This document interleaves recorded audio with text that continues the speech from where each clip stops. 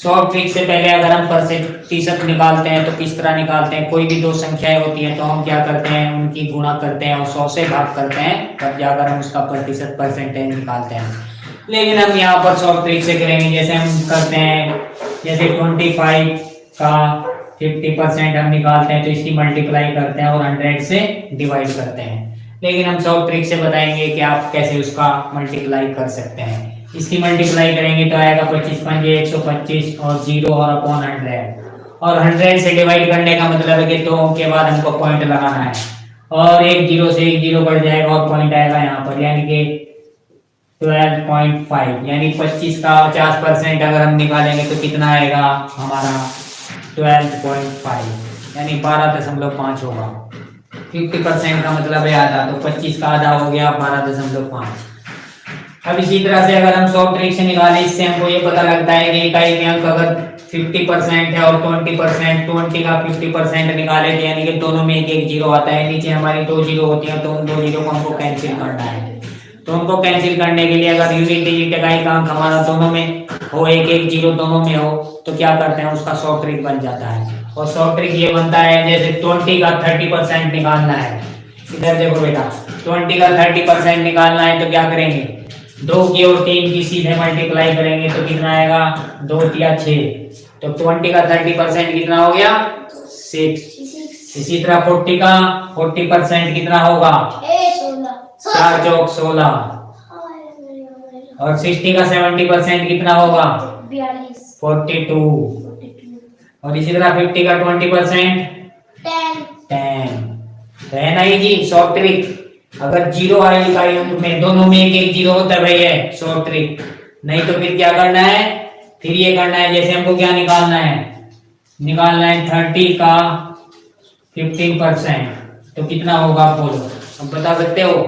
अब क्या करेंगे, अब मल्टीप्लाई तो अब भी करेंगे हम, अब लेकिन 15 की और 3 की मल्टीप्लाई करेंगे और एक अंक के बाद पॉइंट लगाएंगे, क्योंकि इसमें एक जीरो है, एक अंक के बाद हमको पॉइंट लगाना है। तो 15 दिया 45, आप डायरेक्ट लिख सकते हैं 4.5। इसी तरह अगर 2.5 इसमें पॉइंट है, इसका 2.5 का निकालना है 25%, तो ये बताओ कितना होगा, 2.5 का 25%, यानी कि इन दोनों की गुणा करनी है। एक पॉइंट हमारा पहले से है तो 2 पॉइंट और बढ़ाने हैं हमको, 2 के बाद दशमलव और बढ़ानी है, किधर बढ़ानी है, दाहिने हाथ से इधर की तरफ। तो 25 की गुणा करेंगे, पहले 625 आएगा, और 625 में हमको पॉइंट देखना है कहां पर लगाना है, कहां पर लगेगा पॉइंट, एक पॉइंट ये है और 2 पॉइंट और बढ़ाने हैं हमको, तो ये यहां से यहां, यानी कि 0.625 ये हो गया। ऐसा समझ में, 100 से भाग करते हैं, और किसी भी नंबर को, जैसे ये है हमारा नंबर 25/10, तो इसका मतलब क्या होगा, इसमें हमको एक अंक के बाद पॉइंट लगाना है, 2.5 हो जाएगा। इसी तरह अगर मैं लिखूं 35/100, इसका क्या मतलब होगा, 30.5 नहीं 0.35, इसमें 2 अंक के बाद लगेगा, 2 अंक के बाद लग जाएगा पॉइंट। पहले एक जीरो तो एक अंक के बाद लगा दिया, इधर से दाहिने हाथ से इधर इकाई अंक से लगाते हैं, तो 2 अंक के बाद लगेगा 1 2, यहाँ पे लग जाएगा 0.35।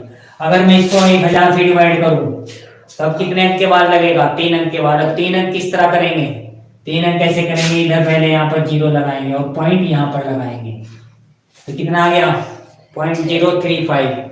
इसी तरह अगर मैं लिखूं 2 ये, तो पॉइंट कितने अंक के बाद आएगा, जितनी जीरो है उतने अंक के बाद पॉइंट लगाना है हमको, तो उतने अंक लिखने हैं फिर पॉइंट लगाना है। तो पहले 2 लिखा और जीरो कितने लगेंगे उसके सामने, बोलो 4 लगेंगे, 1 2 3 4, मैंने कहा 4 अंक के बाद पॉइंट लगाना है। नीचे अगर 4 जीरो है तो 4 अंक के बाद पॉइंट लगाना है, तो पॉइंट यहाँ पर लगेगा। 4 अंक तो हो गए हमारे, 1 2 3 4, तो 3 जीरो लगेंगे। अगर 4 जीरो है नीचे, एक अंक ऊपर है हमारा, तो 3 जीरो और बढ़ानी है और उससे पहले पॉइंट लगाना है, दशमलव लगानी है।